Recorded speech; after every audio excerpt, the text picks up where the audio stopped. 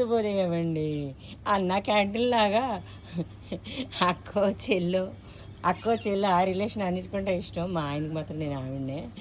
అయితే ఏంటంటే అక్క చెల్లో లేకపోతే తోబుట్టుకు మిద్దె తోట ఎవరికైనా ఏంటంటే రణపాలాకు చెట్టు కానీ ఇన్సులిన్ చెట్టు కానీ ఇవన్నీ కూడా పప్పుల్లో గట్టా వండుకొని తినొచ్చండి. అదే మీరు చేస్తున్న పప్పు, మామిడికాయ పప్పు, ఈ ఒక్క పప్పులు ఏవైతే వండుకోవాలో పచ్చడో ఏదో విధంగా మీ బాడీలోకి వెళ్ళినా కూడా ప్రాబ్లం అయితే లేదు. ఓకేనా? నేను అన్నీ తినాలంటే నా వల్ల కావట్లేదు.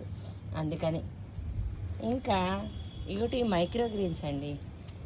ఏంటి నువ్వులు మైక్రో గ్రీన్స్, మరి ఇదేంటిది గుంట కలవరాకు, తోటకూర చూసారా ఎంత బాగుందో. కానీ సిటీజీలో ఒక క్వశ్చన్ వచ్చింది, మీరు రోజు ఏంటి మీ మిద్దె తోటలోని మీరు పెట్టుకొని తింటున్నారా అని. మిద్దె తోటలో నేను రోజు తినాలి అని అంటే ఉంటున్నాయి అన్ని ఆకుకూరలు.